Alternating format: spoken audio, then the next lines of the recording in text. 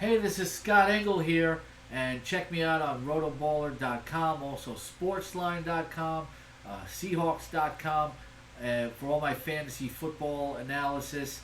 And of course, I am the king. I am fantasy. Check me out at Scott E. the King on Twitter. But today, I want to talk some regular football analysis here. I've been doing this for a long time, and my fantasy analysis is really predicated on looking at the game first from a pure football perspective. So, I want to talk about this Jamal Adams trade from both sides here. Now, obviously, I'm wearing a Seahawk jersey here, but I'm going to be unbiased as I can about this thing because I really feel this is a good deal for both teams. Now, first, let's look at the New York Jets side of it. The Jets getting 3 big draft picks, 2 first-rounders, and Bradley McDougall, a very solid safety. To me, it's a good pick for the Jets. Nice draft capital there, obviously. Seattle has been a contender consistently over the last decade, and they haven't picked in the top 10 in a very, very long time. So you're probably looking at somewhere within the 20s to 30s with that pick, but it's still 2 first-rounders, significant draft capital. Now, a lot of people are saying that the Jets won the deal, but of course, obviously, it depends on overtime, what the front office does with these actual draft picks, and if they turn out to be quality players. So right now, you can say, okay, the Jets won the deal, and I see a lot of people are saying that, but we're really not going to know until a few years down the line if they truly won the deal or not. Right now, it's looking like they won the deal, but I'll get to this in a minute. But Seattle certainly didn't get fleeced or lose the deal in a major way.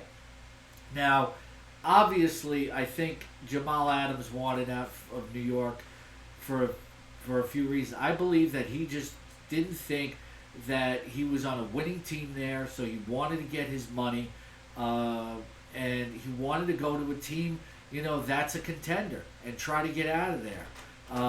We've heard a lot of negatives about Adam Gase, and I think they're well deserved. No disrespect, Mr. Gase, but you didn't get the job done in Miami. You haven't gotten the job done with the Jets yet, and in the past you were carried by Peyton Manning.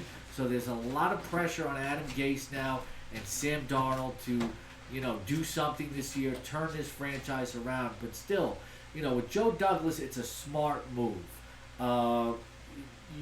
Jamal Adams really wanted out of there. And for him to get that major sort of return that nobody thought he could get, I think he did a really, really nice job for a young GM. And what the Jets are doing now is Sam Darnold's coming to his second contract. They set him up for the future, and they really try to build around him. If you look at what the Jets are doing, it's kind of smart. They're trying to bring in pieces around him. Denzel Mims, Brashard Perriman. They're trying to improve the offensive line. And now they've got more draft capital for down the line to also help that offense out. Because let's be realistic, okay? The Jets haven't had a star quarterback since Joe Namath. Sam Darnold could be their best quarterback since Joe Namath. Their best quarterbacks were Chad Pennington and Ken O'Brien, and neither one of those teams is a star. The Jet fans are deservedly starved for some winning. If you look since the merger, since 1970, the Cleveland Browns are actually more successful. They've had about the same amount of playoff appearances, more division titles, about the same amount of trips to the conference championship game as the Jets, and they were out of the business for a few years. So it's been a very frustrating 50 years for Jet fans. This gives them something to look forward to and saying, okay, we're going to build the franchise around a real franchise quarterback that we may have for the first time in a long time, because their hopes have been smashed before. For those of you who remember guys like Brownie Nagel, the Jets can't seem to have any luck at quarterback. Sometimes I wonder if Joe Namath sold his soul to the devil, to win that championship. He said, all right, Satan, I'll tell you what, you let me do a guarantee and you win the game, we win the game, the Jets will never have a good quarterback and go to a Super Bowl again. And then he, took the blood and he signed the ink. So it seems like that. But still, very smart trade for the Jets. I think it works out good for both sides. Jets looking to build something significant around their franchise quarterback. So, on the Jets side, I think I don't have any qualms with anything that is done. Now, on the Seahawks side, a lot of their fans and people that follow them are wondering if the Seahawks actually gave up too much here. And for me, I don't think they did, because you look at Jamal Adams, and he is the best strong safety in the NFL, but he's maybe the most dynamic hybrid player in the NFL. And to get a player like that, the Seahawks are not going to draft high enough to have a shot at drafting a Jamal Adams type. And there's just not many players in the league like that. So you're going to have to give up a significant haul to get him. We've seen this with Jalen Ramsey and, some of these other big trades. And to me, it wasn't a shock, because you go back since Pete Carroll and John Schneider have been in Seattle. They've never, ever shied away from making the big deal. And what was that first one? They traded for Marshawn Lynch, something that I pounded the table they should do for a year before they did it. And thankfully they did it, and it led to a Super Bowl victory over here. Okay, it's over on this side. Maybe I didn't have enough to eat today. I don't know. But, here it is over here. That came from the Marshawn Lynch trade. They were aggressive. Some worked out, some didn't. Percy Harvin, Jimmy Graham, Dwayne Brown was a big deal, and that worked out. He's really stabilized at least that one part of the offensive line. And, you saw that they were willing to trade for Clowney last year. So it's not a surprise. Russell Wilson is in his prime. They don't want to let this window go by for him to possibly win another Super Bowl. So, to me, it was okay that they gave up what they gave up to get a guy like that, and to put yourself ahead of the other competition who's vying for Jamal Adams. You have to do it. Then there are a lot of people who are saying, oh, you shouldn't pay that much for a safety. This is no ordinary safety. Can you even classify Jamal Adams as a safety?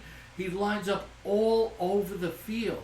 This guy is a total game wrecker from wherever he plays. And the Seahawks needed somebody in the pass rush. They only had 28 sacks last year. He would have led the Seahawks in sacks last year with 6.5.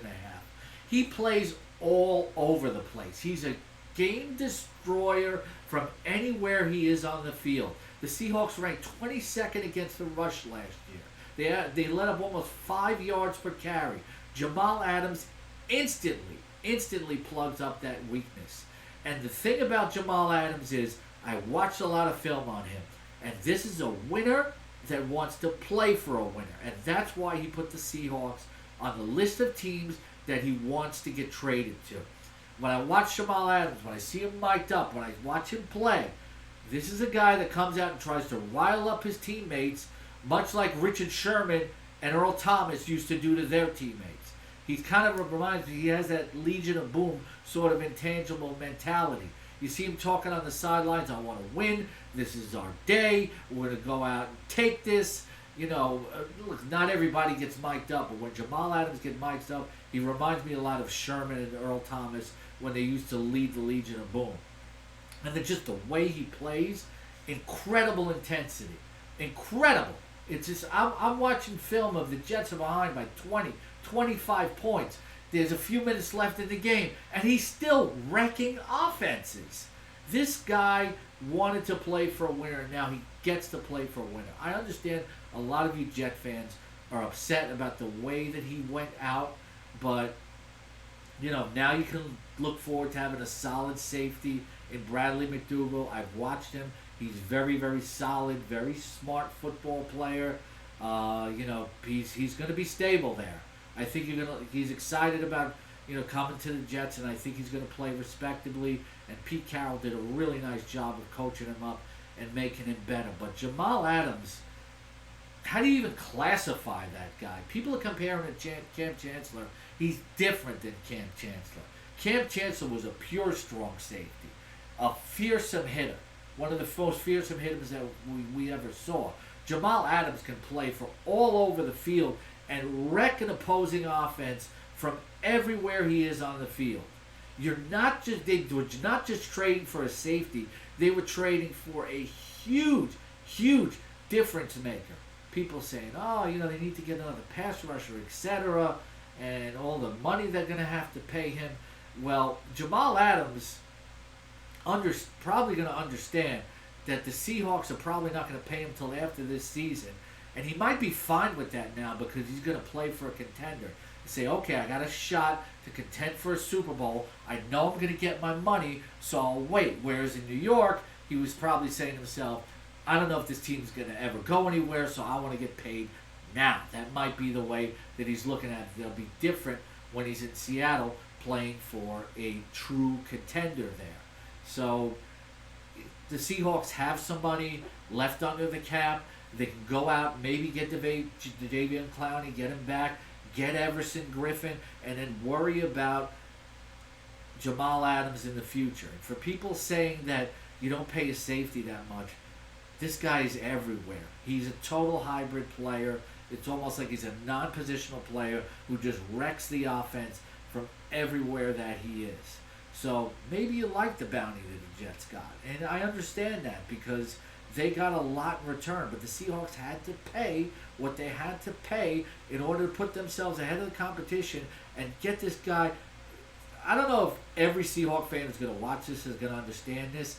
This guy is going to make such a huge difference on this defense. He does everything. He lights up opposing ball carriers.